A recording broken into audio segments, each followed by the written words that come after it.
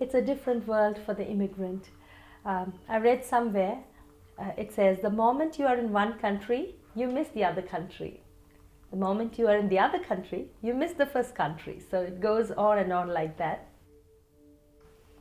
Migration has become a part of present day living now. You go to different places and you learn to love those places, but one part of you still longs for the old country. These are stones from my village in Kerala.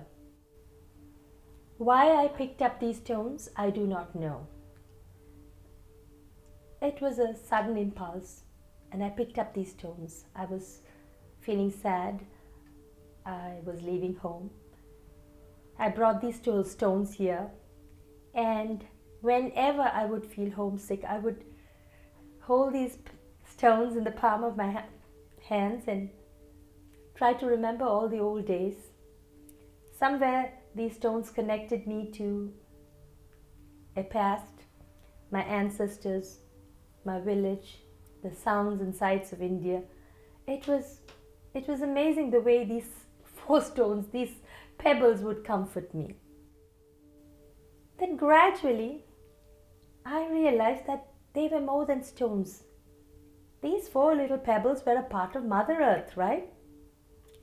And I started noticing the land around me. I started noticing pebbles and rocks and mountains and streams, and suddenly one day I realized it's all the same. It's all planet Earth. The differences didn't matter anymore. Everything just faded away, and I began to love the land that I'm living in now. So it's very strange. I never thought when I picked up these pebbles that these four little stones could teach me such a beautiful lesson. I was paying something in the supermarket and they asked me about my ID, and I show my ID and they say, "Are you American?" And I say yes. At that time I didn't know this concept about being American and being from America. And I say yes, and actually didn't even have to answer, but I say yes. And they say, where in America? And I say South America. I say, no, you are not from the South. And I say, yes, I'm from the South America. I'm born in Peru. That's very South. Because sometimes here, people thinks that all Latinos are Mexican. And sometimes I gave up that, and somebody asked me Mexican. I say, okay, yes, I'm Mexican. It tells me that people actually doesn't know much about their own bubble. At the beginning, it was really frustrating because I even started to get mad. I mean, I'm not from Mexico. But then I said, like, you know what? I'm give up. And I don't feel bad anymore. If I have to be Mexican one day, I am Mexican, and people start to talk and say, yes, in Mexico, this and that. I got this poncho when I was 19 and I came back to Peru, and I decided to bring some things that I wanted from Peru. And in Costa Rica, I never used it because the weather really didn't let me use it any time. But I carried them with me to here because I haven't since I have 19 years old. I have 35, so it's a lot of years. And finally, when I came here, I said, finally, I'm gonna get to use my poncho. I never used it before. So when I wear that ponchos, I actually feel Peruvian. I feel connected to my roots. That's what it is. I feel that I have a little piece of my history and my ancestors walking with me or being with me. So I like that. And I remember getting this. This was right before I left home. It's like a hair decoration. And I remember picking this because it's sort of like what I thought growing up into a woman would be, which would be somebody refined and graceful. I was not heading that way at all. I was not somebody graceful and refined. I was clumsy. So it's kind of like this idea that I had of leaving home. I I guess, on my journey my transformation towards that, towards adulthood. That was the idea. When I looked at it, it makes me kind of chuckle. Because 20-something years after that, I am still not what I think this represents, and I've never used it. It's just something that I keep. I think I knew, even when I was purchasing this, I knew that maybe not concretely, I was not going to go home, going to go back. And that was something that I don't think my parents expected. Part of the reason that I knew I wasn't going to go back was I want to be in a place where I can find my own version of, I guess, womanhood. What I found myself doing that is not according to, and they are supportive of it to a certain extent, and the rest of it is because I'm this far away from them that they can't do much about it. Was I just kept going. I went for my master's degree, and then I went for my doctorate, and which is something that they did not expect. So I think part of my transformation is to womanhood is owning that that part of myself that is not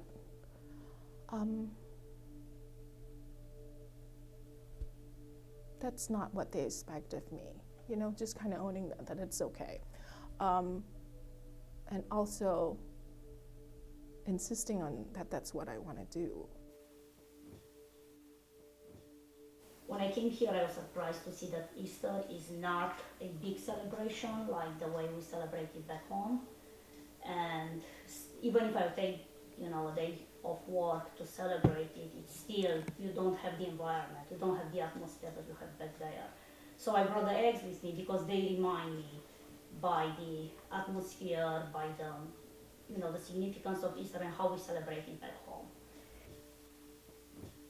These are real eggs, and what they do, they punch them and they take the yolk, like with a syringe, out, and then when they wash it very well, and when the peel is dry, then they start painting it. But so these are, as I said, commercial, for sale, like Angro, but you can find as gorgeous as these ones are, manually painted by women. The way we do the eggs at home, most of the people, we take women tights, like the regular tights, and you go out in the garden, and you take, not even in the garden, the field, and you take cloves and various greens, various leaves that have various shapes. You put the leaf on the egg, you wash the egg very well, you put the leaf on the egg, and then you put the tights around to make sure the leaf doesn't leave the egg, and you tight it very well, and you boil it in color. And then when you take them away, the egg has the shape of the clove. Like sometimes if you find the 4 leaves cloves and other beautiful leaves, and the eggs are just gorgeous. So they are very meaningful. They are not just like simple eggs and you put a sticker on it or something like that. Even now talking about Easter, I feel the smell of the cakes, of the Romanian traditional cakes. It's just you have it inside you. And so everything that's from there and it's not traditional here, so it reminds me just by home and I don't have it here. It comes with everything. It comes with the smell, with the feeling, with I see myself waking up on Easter Day and feeling the smell of the cake and the lamb and everything that Mom cooked, and then we'll go in the kitchen and take there in the church you get bread and wine to bring at home, and then that's how you start the day, and then you start eating. And we literally eat and drink all day long in Easter, I think. It's just, it is a true celebration. Now, that's not very religious, but let's face it, that's how we do it. We love singing, especially, for instance, if you come to a worship a church worship, we will sing a lot. We take any opportunity to sing. In Ghana, I would worship at the Episcopalian Church, which is very formal, you know. You sing from the hymn book, and then during the time that we have to do the collection, that is when you see that this is a Ghanaian church. We collect the money based on the days of the week. So everybody's born on a day of a week, and everybody's name shows the day of the week you were born. So like Ifua, my middle name, shows that I'm born on a Friday. So the priest would stand there and say, okay, Monday borns, and this is like a competition. And the choir would start playing lots of songs, you know, and we would dance all the way to the altar. And it was such a fun time. We danced to the altar and put in your money, and you dance back. And at the end of church, we would announce which day name won the collection. And Ghanaian music isn't anything to write home about, but I personally love it, and I love the lyrics. Ghanaian music has lots of really good lyrics. It can be romantic, it can be lots of wisdom. So this is one of my favorite Ghanaian musicians. His name is Jedu Blay Ambule. He